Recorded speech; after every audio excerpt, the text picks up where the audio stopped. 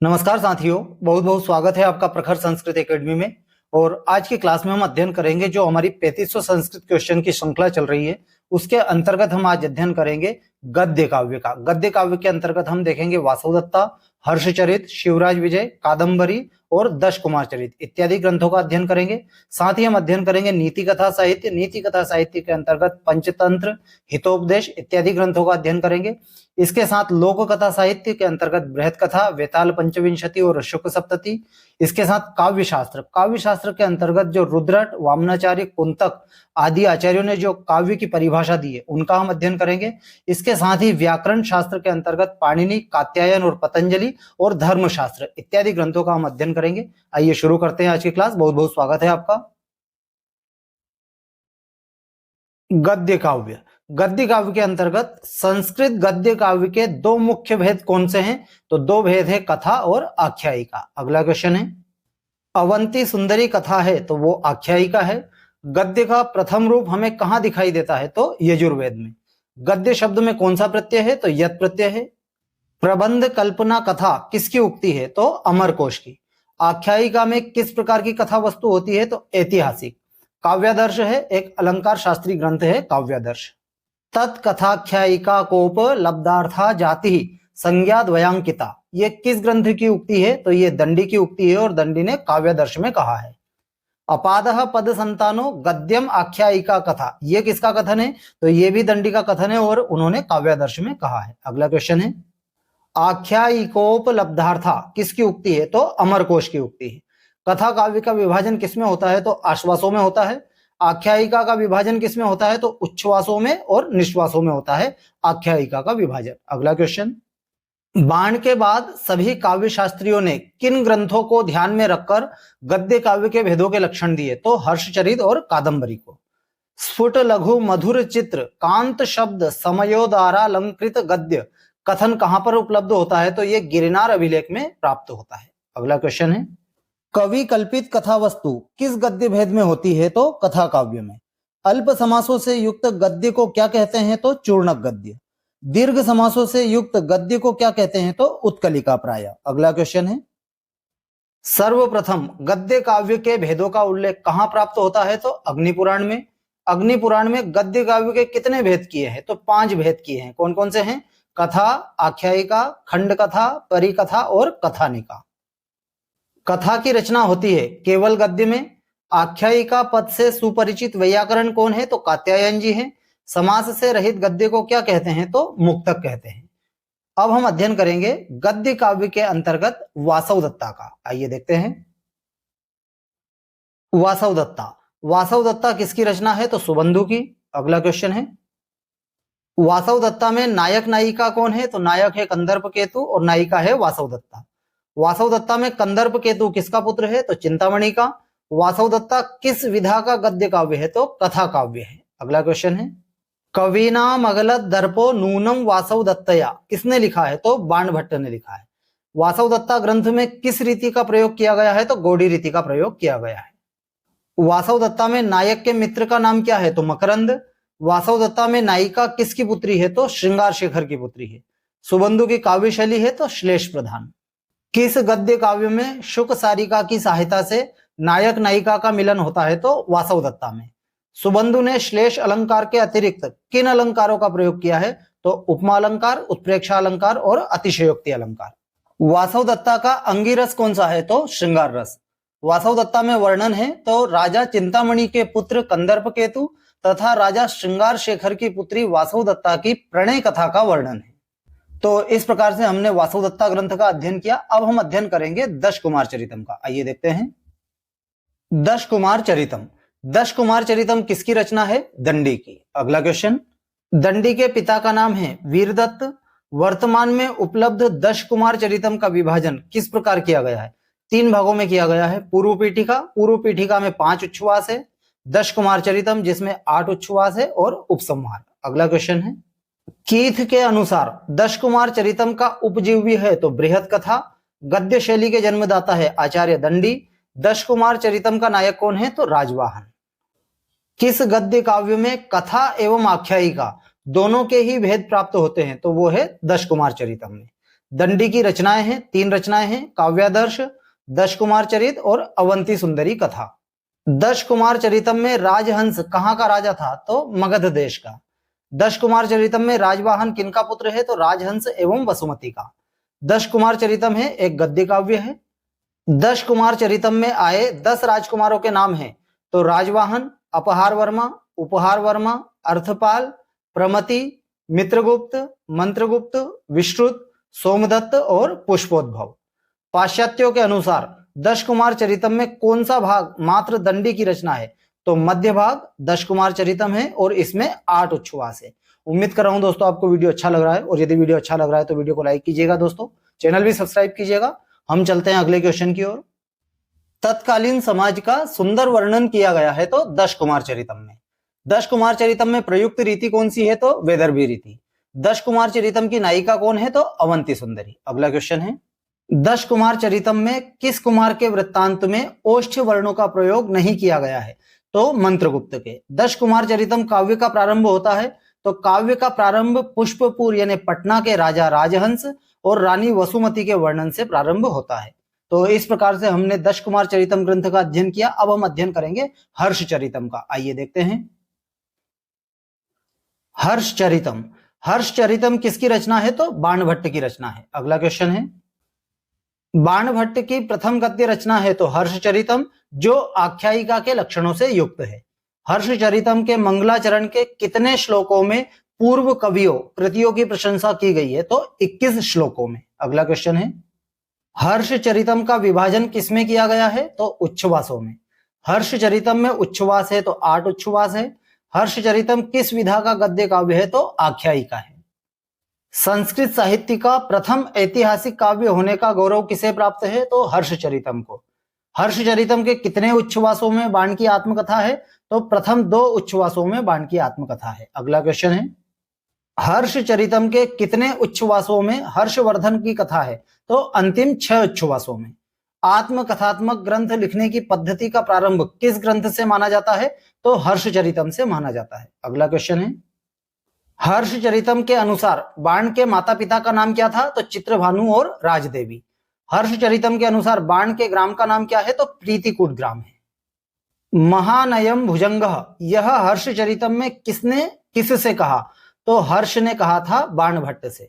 हर्षचरितम के अनुसार हर्षवर्धन के वंश के संस्थापक कौन थे? तो पुष्पभूति। हर्षचरितम में हर्षवर्धन के माता पिता का नाम क्या है? तो पिता प्रभाकर वर्धन और माता यशोमती। हर्षचरितम में राज्यश्री का विवाह किसके साथ होता है? तो ग्रहवर्मा के साथ। हर्षचरितम में हर्ष के भाई एवं बहन का नाम क्या है? तो राज्यवर्धन एवं राज्यश्री। हर्षचरितम के अनुसार हर्षवर्धन का जन्म कब हुआ था? तो ज्येष्ठ कृष्ण द्वादशी को। किसने बाणभट्ट से हर्षचरितम सुनाने की प्रार्थना की थी? तो चचेरे भाई श्यामल ने। सिंहनाथ का उपदेश हर्षचरितम के किस उच्छ्वास में है? तो षष्ठ उच्छ्वास में। हर्षचरितम में किसका उपदेश प्रसिद्ध है? तो सिंहनाथ का उपदेश प्रसिद्ध है। हर्षचरितम का अंगिरस कौन सा है? तो वीर रस है। बाण की गद्य की रीति है तो पांचाली रीति है। हर्षचरितम के मंगलाचरण में किन कवियों की प्रशस्ति है? तो व्यास, भास, कालिदास, सुबंधु, गुणाढ़, प्रवरसेन, सातवाहन, भट्टार हरिचंद्र और आढ्यराज। हर्षचरितम के अनुसार बाण किस वंश के थे? तो वात्स्यायन वंश के थे। तो इस प्रकार से हमने हर्षचरितम ग्रंथ का अध्ययन किया। अब हम अध्ययन करेंगे तिलक मंजरी का। आइए देखते हैं तिलक मंजरी। तिलक मंजरी किसकी रचना है? तो धनपाल की रचना है। अगला क्वेश्चन है, तिलक मंजरी का अंगिरस कौन सा है? तो श्रृंगार रस है। तिलक मंजरी में नायक नायिका कौन है? तो नायक है हरिवाहन और नायिका है तिलक मंजरी।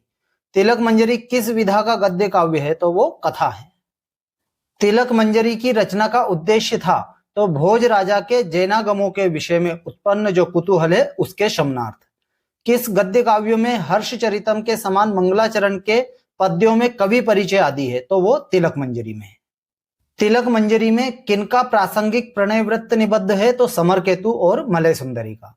किस कवि ने तिलक मंजरी को दंडी, बाण एवं सुबंधु की कृतियों से भी श्रेष्ठ बताया है? तो जैन लेखक विजय गणी ने। तो इस प्रकार से हमने तिलक मंजरी का अध्ययन किया। अब हम अध्ययन करेंगे शिवराज विजय का। आइए देखते हैं शिवराज विजय। स्वयं अंबिका दत्त व्यास ने शिवराज विजय को कौन सा काव्य का प्रकार माना है? तो वो उपन्यास माना है। अगला क्वेश्चन है, अंबिका दत्त व्यास की सर्वाधिक लोकप्रिय कृति है तो वो है शिवराज विजय। इसमें 12 निश्वासों में छत्रपति शिवाजी की विजय गाथा का बड़ा ही ओजपूर्ण वर्णन हुआ है।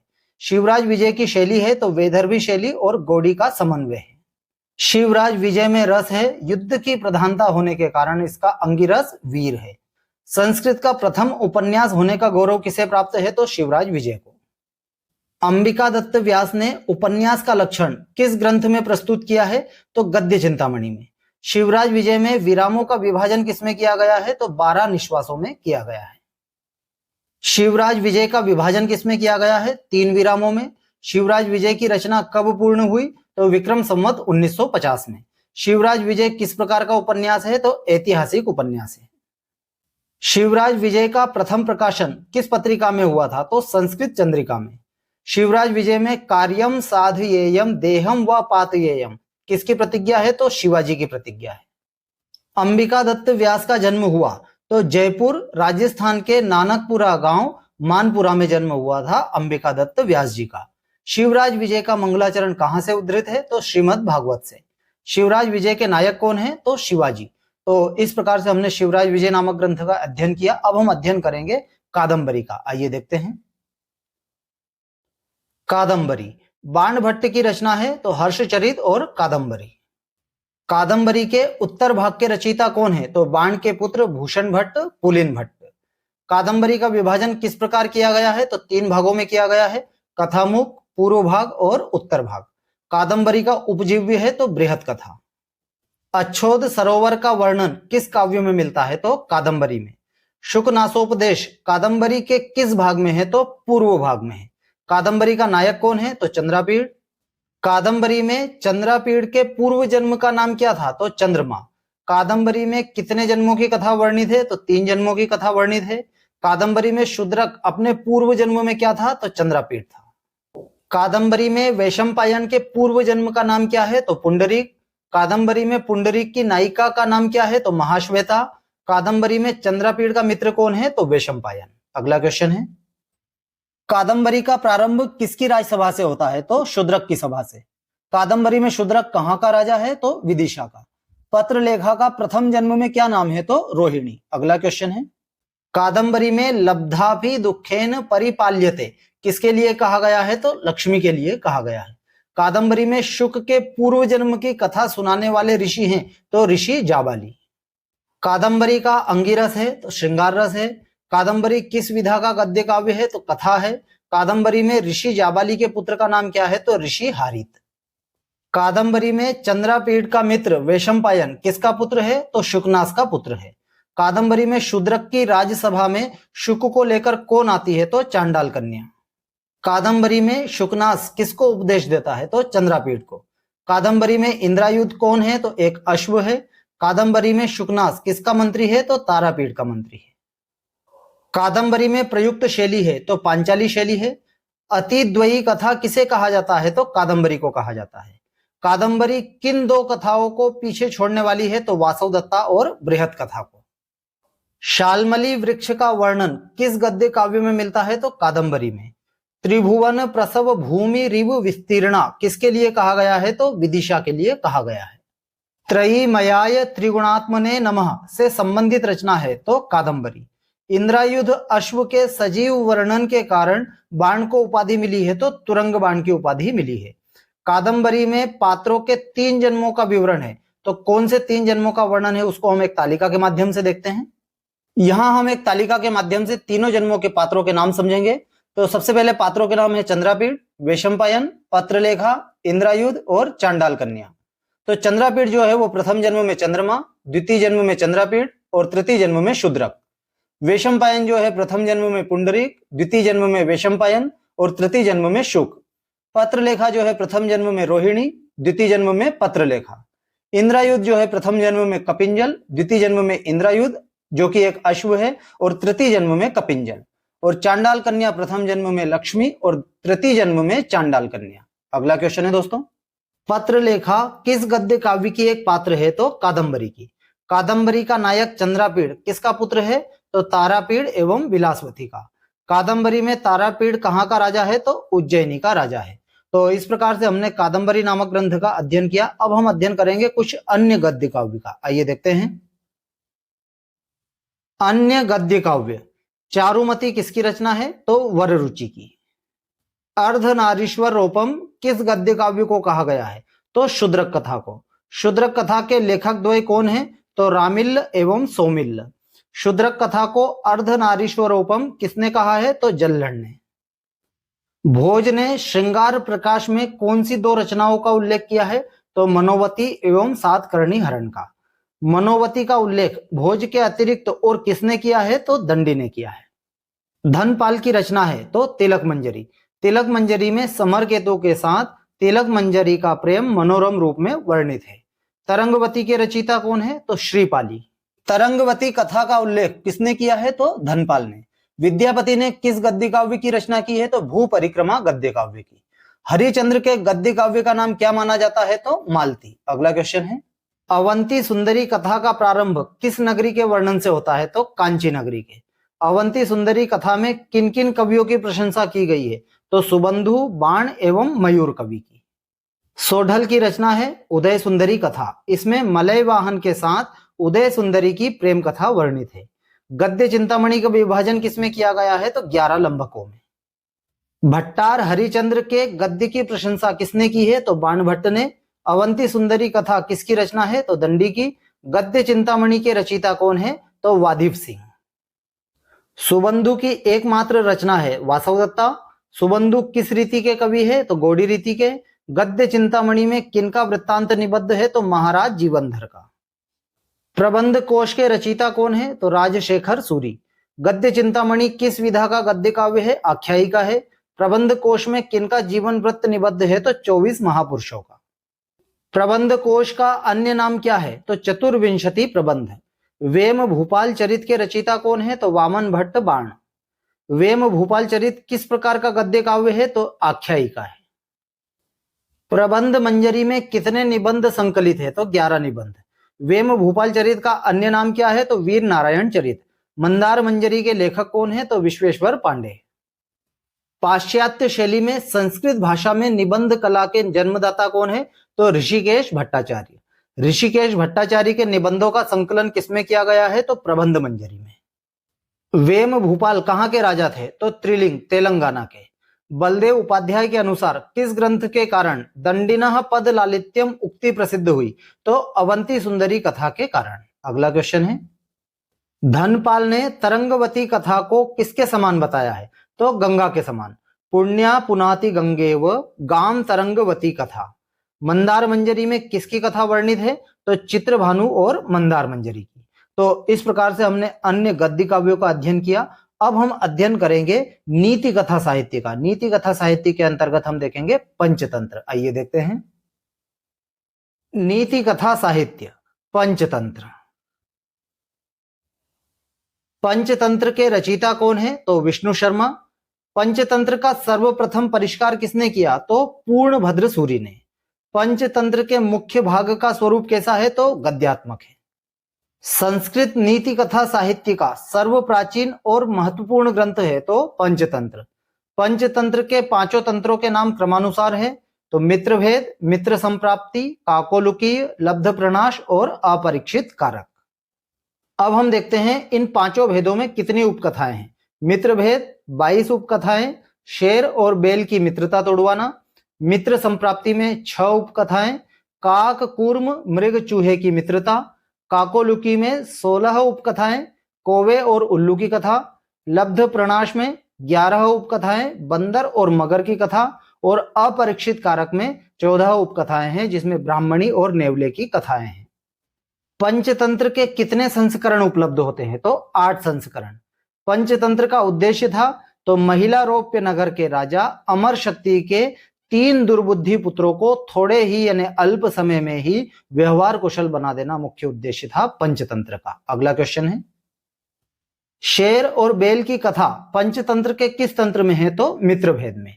पंचतंत्र के किस तंत्र में सर्वाधिक कथाएं हैं? तो मित्रभेद में है, 22 उपकथाएं हैं। पंचतंत्र के मित्र संप्राप्ति में किन की कथा है? काक, कूर्म, मृग और मूषक की। वानर एवं मकर की कथा पंचतंत्र के किस तंत्र में है? तो लब्ध प्रणाश में। कौवे और उल्लू की कथा पंचतंत्र के किस तंत्र में है? तो काकोलुकीय में। पंचतंत्र के अपरीक्षित कारक में किसकी कथा है? तो ब्राह्मणी और नेवले की। अमर शक्ति कहां का राजा था? तो महिला रोप्य देश का। पंचतंत्र का रचना काल कितना माना जाता है? तो 200 ईसा पूर्व। संप्रति पंचतंत्र में कितने खंड और तंत्र है? तो 5 खंड या तंत्र है। पंचतंत्र के किस तंत्र में सबसे कम कथाएं हैं? तो मित्र संप्राप्ति में 6 कथाएं हैं। संस्कृत नीति कथा साहित्य का सर्व प्राचीन ग्रंथ है तो पंचतंत्र। पंचतंत्र का अनुवाद हुआ लगभग 50 भाषाओं में। तो इस प्रकार से हमने पंचतंत्र का अध्ययन किया। अब हम अध्ययन करेंगे हितोपदेश का। आइए देखते हैं। हितोपदेश। हितोपदेश किसकी रचना है? तो नारायण पंडित की। अगला क्वेश्चन है, पंचतंत्र पर आश्रित नीति कथा ग्रंथों में सर्वाधिक प्रचलित है तो हितोपदेश। हितोपदेश में पंचतंत्र के अतिरिक्त किस ग्रंथ से कतिपय पद्य लिए गए हैं? तो कामंद की नीतिसार से लिए गए हैं। अगला क्वेश्चन है, हितोपदेश का विभाजन किसमें किया गया है? तो परिच्छेदों में। हितोपदेश में कितने परिच्छेद हैं? तो 4 परिच्छेद हैं। हितोपदेश की रचना किस ग्रंथ के आधार पर है? तो पंचतंत्र के आधार पर। हितोपदेश के मंगलाचरण तथा समाप्ति के श्लोक में स्तुति की गई है तो भगवान शिव की। हितोपदेश के चारों परिच्छेदों के नाम क्रमानुसार है तो 4 परिच्छेद हैं तो मित्रलाभ, सूरत भेद, विग्रह और संधि। मित्रलाभ। मित्रलाभ में 8 उपकथाएं हैं, काक, कूर्म, मृग और चूहे की कथा। सूरत भेद में 9 उपकथाएं हैं जिसमें शेर और बैल की मित्रता तुड़वाना। विग्रह में 9 उपकथाएं हैं जिसमें हंसों और मोरों में युद्ध। और संधि में 12 उपकथाएं हैं जिसमें हंस और मोर राजाओं में संधि है। अगला क्वेश्चन, हितोपदेश का रचना काल कितना माना जाता है? तो 10वीं से 11वीं शताब्दी के मध्य। हितोपदेश की रचना किसके आदेश पर की गई थी? तो बंगाल के राजा धवल चंद्र के। हितोपदेश में पंचतंत्र से कितनी कथाएं ली गई हैं? तो 25 कथाएं ली गई है। तो इस प्रकार से हमने हितोपदेश का अध्ययन किया। अब हम अध्ययन करेंगे जातक माला का। आइए देखते हैं। जातक माला। जातक माला के रचयिता कौन है? तो आर्यशूर। जातक माला के प्रथम जातक का नाम क्या है? तो व्याघ्री जातक। जातक माला का शाब्दिक अर्थ क्या है? तो जन्म संबंधी कथाओं की माला। जातक माला ग्रंथ का अन्य नाम क्या है? तो बोधिसत्वावदान माला। अगला क्वेश्चन है, जातक माला में किसके पूर्व जन्म की कथा वर्णित है? तो बुद्ध के। जातक कथाओं की संख्या है तो 500 कथाएं हैं। जातक माला ग्रंथ लिखा गया है तो प्रौढ़ संस्कृत में। अब हम अध्ययन करेंगे अन्य नीति कथा साहित्य का। आइए देखते हैं। अन्य नीति कथा साहित्य। उपमिति भव प्रपंच कथा के रचयिता है तो जैन कवि सिद्धर्षि। अगला क्वेश्चन है, उपमिति भव प्रपंच कथा का विभाजन किसमें है? 8 प्रस्तावों में। उपमिति भव प्रपंच कथा किस छंद में निबद्ध है? अनुष्टुप छंद में। चंपक श्रेष्ठी कथानक किसकी रचना है? तो जिन कीर्ति की रचना है। कथा रत्नाकर किसकी रचना है? तो हेम विजय गणी की रचना है। पाल गोपाल कथानक किसकी रचना है? जिन कीर्ति की रचना है। कल्पना मंडितक के रचयिता कौन है? तो कुमार लात। अगला क्वेश्चन है, कल्पना मंडितक को अन्य किस नाम से जाना जाता है? तो सूत्रालंकार नाम से जाना जाता है। कल्पना मंडितक में वर्णन है, इसमें जातकों और अवदानों का गद्य और पद्य में संग्रह है। अब हम अध्ययन करेंगे लोक कथा साहित्य। लोक कथा साहित्य के अंतर्गत बृहत कथा का अध्ययन करेंगे। आइए देखते हैं। लोक कथा साहित्य। बृहत कथा। बृहत कथा किसकी रचना है? गुणाढ़ी की रचना है। जिस प्रकार नीति कथाओं में पंचतंत्र का स्थान सर्वोपरि है, उसी प्रकार लोक कथाओं में बृहत कथा का नाम अग्रगण्य है। अगला क्वेश्चन है, बृहत कथा में किस प्रकार की प्राकृत का प्रयोग किया गया है? तो पेशाची प्राकृत का प्रयोग किया गया है। काश्मीर जनश्रुति के अनुसार बृहत कथा का स्वरूप कैसा था? तो पद्यात्मक। बृहत कथा की भाषा कौन सी है? तो प्राकृत भाषा। बृहत कथा में नायिका कौन है? तो मदन मंजुका। बृहत कथा में नायक कौन है? तो नरवाहन दत्त। उम्मीद कर रहा हूं दोस्तों आपको वीडियो अच्छा लग रहा है। वीडियो अच्छा लग रहा है तो वीडियो को लाइक कीजिएगा दोस्तों, चैनल भी सब्सक्राइब कीजिएगा। हम चलते हैं अगले क्वेश्चन की ओर। बृहत कथा पर आश्रित ग्रंथ कितने हैं? तो 4 ग्रंथ है। वसुदेव हिंडी, बृहत कथा श्लोक संग्रह, बृहत कथा मंजरी और कथा सरित सागर। बृहत कथा की संप्रति इस समय कितनी वाचनाएं उपलब्ध होती है? 3 वाचनाएं उपलब्ध होती है, नेपाली, प्राकृत और काश्मीरी। कथा सरित सागर का विभाजन किसमें किया गया है? तो लंबकों में। बृहत कथा में प्रतिनायक कौन है? तो मानवेग। दंडी के अनुसार बृहत कथा का स्वरूप कैसा था? तो गद्यात्मक। बाण ने बृहत कथा को किसके समान बतलाया है? तो हर लीला के समान। बृहत कथा की प्राकृत वाचना है तो वसुदेव हिंडी।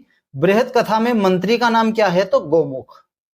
वसुदेव हिंडी में किस प्रकार की प्राकृत का प्रयोग हुआ है? तो महाराष्ट्रीय प्राकृत का प्रयोग हुआ है। आर्या सप्तशती में किन तीन काव्यों को सरस्वती के तीन स्रोत माना गया है? तो रामायण, महाभारत और बृहत कथा को। वसुदेव हिंडी का विभाजन किसमें किया गया है? 29 लंबकों में। वसुदेव हिंडी के रचिता कौन है? तो संघदास गणी। बृहत कथा श्लोक संग्रह के रचिता कौन है? तो बुद्ध स्वामी। बृहत कथा श्लोक संग्रह का विभाजन किसमें है? 28 सर्गों में। बृहत कथा की नेपाली वाचना कौन सी है? तो बृहत कथा श्लोक संग्रह। बृहत कथा मंजरी के रचिता कौन है? तो क्षेमेंद्र। बृहत कथा मंजरी में कितने लंबक है? 18 लंबक है। बृहत कथा मंजरी किस भाषा में निबद्ध है? तो संस्कृत में। कथा सरित सागर के रचिता कौन है? तो सोमदेव। बृहत कथा का अर्वाचीन एवं विशालतम संस्कृत संस्करण कौन सा है? तो कथा सरित सागर। कथा सरित सागर में मूल कथा के अतिरिक्त कितनी अंतर कथाएं हैं? तो 350 अंतर कथाएं हैं। कथा सरित सागर में कितने लंबक है? 18 लंबक है। बृहत कथा की काश्मीरी वाचनाएं कौन सी है? तो बृहत कथा मंजरी एवं कथा सरित सागर। बृहत कथा मंजरी का विभाजन किसमें किया गया है? तो लंबकों में। कथा सरित सागर किस भाषा में निबद्ध है? संस्कृत भाषा में। कथा सरित सागर में पद्यों की संख्या है तो 21,388 पद्य, लगभग 22,000 पद्य हैं। बृहत कथा की रचना का समय कितना माना जाता है? तो 78 ईस्वी के लगभग। अगला क्वेश्चन है, कथा सरित सागर का विभाजन लंबकों के अंतर्गत किसमें किया गया है? तो 124 तरंगों में। काश्मीरी संस्करणों में गुणाढ़ का संबंध बताया गया है तो सातवाहन राजाओं से। अब हम अध्ययन करेंगे सिंहासन द्वात्रिंशत पुत्तलिका का। आइए देखते हैं। सिंहासन द्वात्रिंशत पुत्तलिका। सिंहासन द्वात्रिंशत पुत्तलिका के गद्यात्मक संस्करण के कर्ता कौन है? तो जैन कवि क्षेमकर। सिंहासन द्वात्रिंशत पुत्तलिका में पुतलियां कितनी कथाएं सुनाती हैं? तो 32 कथाएं सुनाती है। इसमें राजा विक्रमादित्य विषयक 32 कथाएं हैं। सिंहासन द्वात्रिंशत पुत्तलिका का अपर नाम क्या है? तो द्वात्रिंशत पुत्तलिका विक्रमचरित। सिंहासन द्वात्रिंशत पुत्तलिका में पुतलियां किसको विक्रमादित्य की कथाएं सुनाती है? तो राजा भोज को। सिंहासन द्वात्रिंशत पुत्तलिका में पुतलियां किसकी कथाएं सुनाती है? तो विक्रमादित्य की कथाएं सुनाती है। सिंहासन द्वात्रिंशत पुत्तलिका में कितने संस्करण उपलब्ध होते हैं? तो 3 संस्करण, गद्यात्मक, पद्यात्मक एवं गद्य पद्यात्मक। सिंहासन द्वात्रिंशत पुत्तलिका में वर्णन है तो सम्राट विक्रमादित्य के गुणों का वर्णन है। अब हम अध्ययन करेंगे वेताल पंचविंशति का। आइए देखते हैं। वेताल पंचविंशति। संप्रति वेताल पंचविंशति के कितने संस्करण उपलब्ध होते हैं? तो 2 संस्करण, गद्यात्मक और गद्य पद्यात्मक। वेताल पंचविंशति के गद्य पद्यात्मक संस्करण के कर्ता कौन है? तो शिवदास। इसमें उज्जैन के राजा विक्रमादित्य को एक वेताल 25 रोचक कहानियां पहेलियों के रूप में सुनाता है। वेताल पंचविंशति का नायक कौन है? तो राजा विक्रमसेन। वेताल पंचविंशति में कितनी कथाएं हैं? 1 मुख्य कथा एवं 24 अंतर कथाएं। वेताल पंचविंशति का उद्भव किससे हुआ? तो बृहत कथा की काश्मीरी वाचनाओं से। वेताल पंचविंशति में विक्रमसेन कहाँ के राजा हैं? उज्जैनी के। वेताल पंचविंशति के संस्करण है तो 2 संस्करण है। शिवदास कृत, इसमें गद्य और पद्य दोनों है, और जंभल कृत, इसमें केवल गद्य भाग है। अब हम अध्ययन करेंगे शुक सप्तति नामक ग्रंथ का। आइए देखते हैं। शुक सप्तति। नक्शवी ने शुक सप्तति का फारसी रूपांतरण किस नाम से किया? तो तूतीनामा नाम से। अगला क्वेश्चन है, शुक सप्तति के परिष्कृत संस्करण कर्ता कौन है? तो चिंतामणि भट्ट। शुक सप्तति में कथा कौन सुनाता है? तो शुक। शुक सप्तति में शुक किसको कथाएं सुनाता है? तो मदन सेन की पत्नी को। इसमें 70 कथाएं हैं। इसमें मदन सेन नामक युवक अपनी पत्नी पर अत्यधिक अनुरक्त है। कार्यवश उसे अन्यत्र जाना पड़ता है। स्वामी भक्त शुक उसे यानी मदन सेन की पत्नी को पतिव्रता स्त्री की एक एक कहानी सुनाता है। इस प्रकार शुक 70 कथाएं सुनाता है। अंत में मदन सिंह घर लौट आता है। तो इस प्रकार से हमने शुक सप्तति नामक ग्रंथ का अध्ययन किया। अब हम अध्ययन करेंगे अन्य लोक कथा साहित्य का। आइए देखते हैं। अन्य लोक कथा साहित्य, कथार्णव के रचयिता कौन है? तो शिवदास। अगला क्वेश्चन है, कथार्णव में कितनी कथाएं हैं? तो 35 कथाएं हैं। लोक कथा होती है, लोक कथाओं का उद्देश्य मनोरंजन होता है, जबकि नीति कथाएं उपदेश प्रधान होती है। अगला क्वेश्चन है, कथार्णव में किनसे संबद्ध कथाएं हैं? तो मूर्ख और चोरों से संबद्ध कथाएं हैं। पुरुष परीक्षा में कितनी कथाएं हैं? तो 44 कथाएं हैं। पुरुष परीक्षा के रचयिता कौन है? तो विद्यापति। भोज प्रबंध के रचयिता कौन है? तो बल्लाल सेन। मैथिल कवि विद्यापति ने किस ग्रंथ की रचना की है? तो पुरुष परीक्षा नामक ग्रंथ की। इसमें 44 नैतिक और राजनीतिक कथाएं हैं। तो इस प्रकार से दोस्तों हमने नीति कथा साहित्य ग्रंथ का अध्ययन किया। अब हम अध्ययन करेंगे काव्य शास्त्र का। आइए देखते हैं काव्य शास्त्र। काव्य शास्त्र के लिए प्रारंभिक युग में मुख्य रूप से किस शब्द का प्रयोग किया जाता था? तो काव्यालंकार का। काव्य शास्त्र के आचार्यों में सबसे प्राचीन आचार्य माने जाते हैं तो भरत मुनि। काव्य शास्त्र के लिए प्रयुक्त अन्य शब्द हैं तो काव्यालंकार, अलंकार शास्त्र और साहित्य शास्त्र। संस्कृत साहित्य में भरत नाम से कितने व्यक्तियों का उल्लेख प्राप्त होता है? तो 5 भरतों का। ये 5 भरत कौन से हैं? दशरथ पुत्र भरत, दुष्यंत के पुत्र भरत, मांधाता के प्रपौत्र भरत, जड़ भरत और नाट्य शास्त्र के रचयिता भरत। नाट्य शास्त्र के वर्तमान संस्करण में प्रायः कितने श्लोक हैं? तो 6000 श्लोक हैं। इन 6000 श्लोकों के कारण नाट्य शास्त्र को क्या कहते हैं? तो षड्सहस्री संहिता कहते हैं। नाट्य शास्त्र के वर्तमान संस्करण में कितने अध्याय हैं? तो 36 अध्याय हैं। न तज ज्ञानम न तज शिल्पम, यह पंक्ति किस ग्रंथ के संदर्भ में प्रसिद्ध है? तो नाट्य शास्त्र के संदर्भ में। भरत मुनि के पश्चात काव्य शास्त्र के कौन से आचार्य का ग्रंथ उपलब्ध होता है? तो भामह का। काव्य सौंदर्य की परख करने वाले शास्त्र का नाम क्या है? तो काव्य शास्त्र। नाट्य शास्त्र पर उपलब्ध प्रसिद्ध टीका कौन सी है? तो अभिनव भारती। भामह के काव्य शास्त्र विषयक ग्रंथ का नाम क्या है? तो काव्यालंकार। भामह का समय माना जाता है तो 500 से 620 ईस्वी के मध्य। भामह प्रणीत काव्यालंकार का विभाजन किसमें किया गया है? परिच्छेदों में। किस ग्रंथ में अलंकार शास्त्र का एक स्वतंत्र शास्त्र के रूप में दृष्टिगोचर होता है? तो काव्यालंकार में। शब्दार्थो सहितो काव्यम किसकी उक्ति है? तो भामह की। काव्यालंकार में कुल कितने श्लोक हैं? तो 400 श्लोक हैं। भामह के काव्यालंकार पर कौन सी टीका प्रसिद्ध है? तो भामह विवरण। अगला क्वेश्चन है, काव्यालंकार में कितने परिच्छेद हैं? 6 परिच्छेद हैं। अभिनव भारती टीका के रचयिता है तो अभिनव गुप्त। दंडी का समय माना जाता है तो 8वीं सदी। भामह विवरण के रचयिता है उद्भट। दंडी कहाँ के निवासी थे? कांची, दक्षिण भारत के। दंडी के ये 3 ग्रंथ कौन से हैं? तो दशकुमार चरित, अवंती सुंदरी कथा और काव्यादर्श। काव्य शोभा करान धर्मान अलंकारान प्रचक्षते किसका कथन है? तो दंडी का। कालक्रम की दृष्टि से दंडी के पश्चात कौन से आचार्य का ग्रहण होता है? तो भट्टोद्भट का। काव्यादर्श का विभाजन किसमें किया गया है? तो परिच्छेदों में। उद्भट किसकी राज्यसभा में सभापति थे? तो काश्मीर के राजा जयादित्य की। उद्भट का समय माना जाता है तो 8वीं सदी का अंतिम भाग। अगला क्वेश्चन है, काव्यादर्श में कुल कितने परिच्छेद हैं? 3 परिच्छेद हैं। दंडी का काव्य शास्त्र विषयक ग्रंथ कौन सा है? काव्यादर्श। दंडी के कितने ग्रंथ प्रसिद्ध हैं? 3 ग्रंथ, त्रयो दंडी प्रबंधाश्च। कालक्रम की दृष्टि से भामह के पश्चात कौन से आचार्य का ग्रहण होता है? तो दंडी का। काव्यालंकार सार संग्रह का विभाजन किसमें किया गया है? तो वर्गों में। काव्यालंकार सार संग्रह में कितने वर्ग हैं? 6 वर्ग हैं। उद्भट का काव्य शास्त्र विषयक ग्रंथ कौन सा है? तो काव्यालंकार सार संग्रह। काव्यालंकार सार संग्रह पर प्रसिद्ध टीका है तो लघु विवृत्ति टीका है। कालक्रम की दृष्टि से उद्भट के पश्चात कौन से आचार्य का ग्रहण होता है? तो वामनाचार्य का। उद्भट ने नवम रस के रूप में किसको स्वीकृत किया है? तो शांत रस को। अगला क्वेश्चन है, लघु विवृत्ति टीका के रचयिता है तो प्रतिहारेंदु राज। वामन का समय माना जाता है तो 8वीं सदी का अंतिम भाग। वामन किसकी सभा के मंत्री थे? तो काश्मीर के राजा जयादित्य की। वामन का एकमात्र उपलब्ध ग्रंथ कौन सा है? तो काव्यालंकार सूत्र। काव्यालंकार सूत्र का विभाजन किसमें है? अधिकरणों में। काव्यालंकार सूत्र में कुल कितने अध्याय हैं? तो 12 अध्याय हैं। काव्यालंकार सूत्र में कुल कितने सूत्र हैं? तो 312 सूत्र हैं। काव्यालंकार सूत्र में कितने अधिकरण हैं? 5 अधिकरण हैं। सौंदर्यम अलंकारा किस ग्रंथ का कथन है? तो काव्यालंकार सूत्र ग्रंथ का कथन है। काल क्रम की दृष्टि से वामन के पश्चात कौन से आचार्य का ग्रहण होता है? तो रुद्रट का।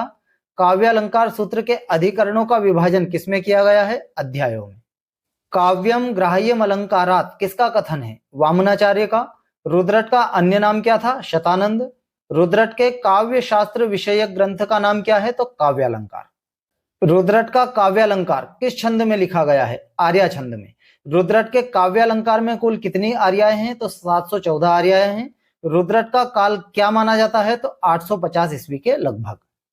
काव्यालंकार के नाम से किन दो प्रमुख आचार्यों के काव्य शास्त्रीय ग्रंथ प्रसिद्ध हैं? तो भामा और रुद्रट के। रुद्रट के काव्यालंकार का विभाजन किसमें किया गया है? अध्यायों में किया गया है। काल क्रम की दृष्टि से रुद्रट के पश्चात कौन से आचार्य का ग्रहण होता है? आनंद वर्धनाचार्य का। आनंद वर्धनाचार्य का काव्य शास्त्रीय ग्रंथ कौन सा है? तो ध्वन्यालोक। आनंद वर्धनाचार्य के नाम से कितनी रचनाएं उपलब्ध हैं? 5 रचनाएं। विषम बाण लीला, अर्जुन चरित, देवी शतक, तत्वालोक और ध्वन्यालोक। राजशेखर का काव्य शास्त्र विषयक ग्रंथ कौन सा है? तो काव्य मीमांसा। खंडन खंड खाद्य किसकी रचना है जिसमें ध्वनि का विरोध किया गया है? श्रीहर्ष की। लोचन टीका के रचयिता कौन है? जो लोचनकार के नाम से भी जाने जाते हैं, तो अभिनव गुप्ताचार्य। काव्य मीमांसा का विभाजन किसमें किया गया है? अध्यायों में। राजशेखर का कार्य क्षेत्र कहां था? तो कन्नौज। काव्य मीमांसा में कितने अध्याय हैं? तो 18 अध्याय हैं। मुकुल भट्ट का समय माना जाता है? तो 9वीं शताब्दी। अभिधा वृत्ति मातृका में कितनी कारिकाएं हैं? तो 15 कारिकाएं हैं। मुकुल भट्ट का काव्य शास्त्र विषयक ग्रंथ कौन सा है? तो अभिधा वृत्ति मातृका। धनंजय का काल माना जाता है 10वीं सदी का अंतिम चरण। मुकुल भट्ट ने किस वृत्ति का खंडन किया है? तो व्यंजना वृत्ति ध्वनि का। दश रूपक का संबंध मुख्य रूप से किससे है? तो नाट्य से। दश रूपक का विभाजन किसमें किया गया है? प्रकाशों में। धनंजय का काव्य शास्त्रीय ग्रंथ कौन सा है? तो दश रूपक। दश रूपक में लगभग कितनी कारिकाएं हैं? तो 300 कारिकाएं हैं। वक्रोक्ति जीवितम का विभाजन किसमें किया गया है? तो उन्मेषों में। भट्ट नायक ने किसके सिद्धांतों का खंडन किया है? तो आनंद वर्धनाचार्य के। आचार्य कुंतक का समय माना जाता है? तो 10वीं सदी का अंतिम चरण। महिम भट्ट का काल माना जाता है? तो 11वीं सदी का प्रारंभ। वक्रोक्ति जीवितम में कितने उन्मेष है? तो 4 उन्मेष है। व्यक्ति विवेक का विभाजन किसमें किया गया है? विमर्शों में। व्यक्ति विवेक में कितने विमर्श है? 3 विमर्श हैं। महिम भट्ट का एकमात्र ग्रंथ है तो व्यक्ति विवेक। महिम भट्ट ने किस तत्व का विरोध किया है? ध्वनि का। महिम भट्ट कहां के निवासी थे? कश्मीर के। व्यक्ति विवेककार के नाम से कौन प्रसिद्ध है? तो महिम भट्ट। भरत मुनि का एकमात्र उपलब्ध ग्रंथ कौन सा है? तो नाट्यशास्त्र। नाट्य वेद किस ग्रंथ को कहा जाता है? तो नाट्यशास्त्र को। रुद्रट के काव्यालंकार में कितने अध्याय हैं? 16 अध्याय हैं। ध्वन्यालोक का विभाजन किसमें किया गया है? उद्योतों में। दश रूपक में कितने प्रकाश हैं? 4 प्रकाश हैं। अवलोक टीका के रचयिता कौन है? तो धनिक। धनंजय किसकी राजसभा में थे? तो मालवा के परमार वंशी राजा मुंज वाकपति राज 2 की राजसभा में। कालक्रम की दृष्टि से कुंतक के पश्चात कौन से आचार्य का ग्रहण होता है? तो महिम भट्ट का। भट्ट नायक का काल माना जाता है 10वीं सदी। आनंद वर्धनाचार्य का समय माना जाता है 9वीं सदी। ध्वन्यालोक में कितने उद्योत हैं? तो 4 उद्योत हैं। राजशेखर कहां के निवासी थे? विदर्भ के। किस काव्य शास्त्री को यायावरी भी कहा जाता है? तो राजशेखर को। वामन के अनुसार काव्य की आत्मा है तो काव्य की आत्मा है रीति, रीतिरात्मा काव्यस्य। तो इस प्रकार से हमने काव्य शास्त्र ग्रंथ का अध्ययन किया। अब हम अध्ययन करेंगे व्याकरण शास्त्र का। आइए देखते हैं। व्याकरण। व्याकरण शब्द की व्युत्पत्ति है व्याक्रियन्ते व्युत्पाद्यन्ते शब्दाः अनेनेति इति व्याकरणम। प्रधाने च कृतो यत्नः फलवान भवति। यह उक्ति किसकी है? यह महाभाष्य की है। व्याकरण को वेद पुरुष का कौन सा अंग माना गया है? तो मुख। मुखम व्याकरणम स्मृतम। व्याकरण शास्त्र की गणना किस प्रकार के साहित्य में होती है? तो वेदांग साहित्य में। महाभाष्य में व्याकरण के प्रमुख प्रयोजन कितने बताए गए हैं? 5 प्रयोजन हैं। रक्षोहागम लघु संदेहा। रक्षा, ऊह, आगम, लघु और संदेह का निवारण। प्रधाने च कृतो यत्न फलवान भवति। यहां प्रधान से तात्पर्य है व्याकरण।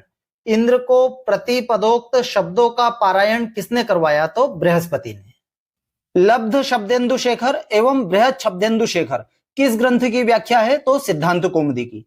पाणिनि ने अक्षर समाम्नाय माहेश्वर सूत्र किससे प्राप्त किए? तो भगवान शिव के ढक्कानाद से। अगला क्वेश्चन है अष्टाध्यायी में कितने पाद हैं? 32 पाद हैं। अष्टाध्यायी में लगभग कितने सूत्र हैं? 3965 सूत्र, यानी लगभग 4000 सूत्र। अष्टाध्यायी को किसमें विभक्त किया गया है? तो 8 अध्यायों में विभक्त किया गया है। काव्य मीमांसा के अनुसार पाणिनि की विद्वत्ता की परीक्षा कहाँ हुई थी? तो पाटलिपुत्र में। पाणिनि का निधन किस तिथि को हुआ माना जाता है? तो त्रयोदशी तिथि को। पाणिनि ने अपने पूर्व के कितने वैयाकरणों का नाम अपने ग्रंथ में लिया है? तो 10 वैयाकरणों का। महाभाष्य में व्याकरण के गौण प्रयोजन कितने बताए गए हैं? तो 13 गौण प्रयोजन बताए गए हैं। पाणिनि व्याकरण परंपरा में वार्तिककार कौन है? तो कात्यायन। कात्यायन का दूसरा नाम क्या माना जाता है? तो वररुचि। व्याकरण का अनध्याय कब किया जाता है? तो त्रयोदशी को। पतंजलि कहाँ के निवासी थे? गोनर्द प्रदेश के। महाभाष्यकार कौन है? तो पतंजलि। महाभाष्य में कितने आह्निक हैं? तो 84 आह्निक हैं। आह्निक का अर्थ क्या है? एक दिन में समाप्त होने वाला अध्याय। वाक्पदीय के रचिता कौन है? तो भर्तृहरि। महाभाष्य का विभाजन किसमें किया गया है? तो आह्निकों में। वाक्पदी में कितने कांड है? तो 3 कांड है, ब्रह्मकांड, वाक्यकांड और पदकांड। काशिका में कितने अध्याय हैं? 8 अध्याय हैं। वाक्पदीयम का विभाजन किसमें किया गया है? तो कांडों में। काशिका के कितने अध्याय जयादित्य ने लिखे? तो 5 अध्याय। काशिका के कितने अध्याय वामन ने लिखे? 3 अध्याय। और काशिका के रचिता कौन है? तो जयादित्य और वामन।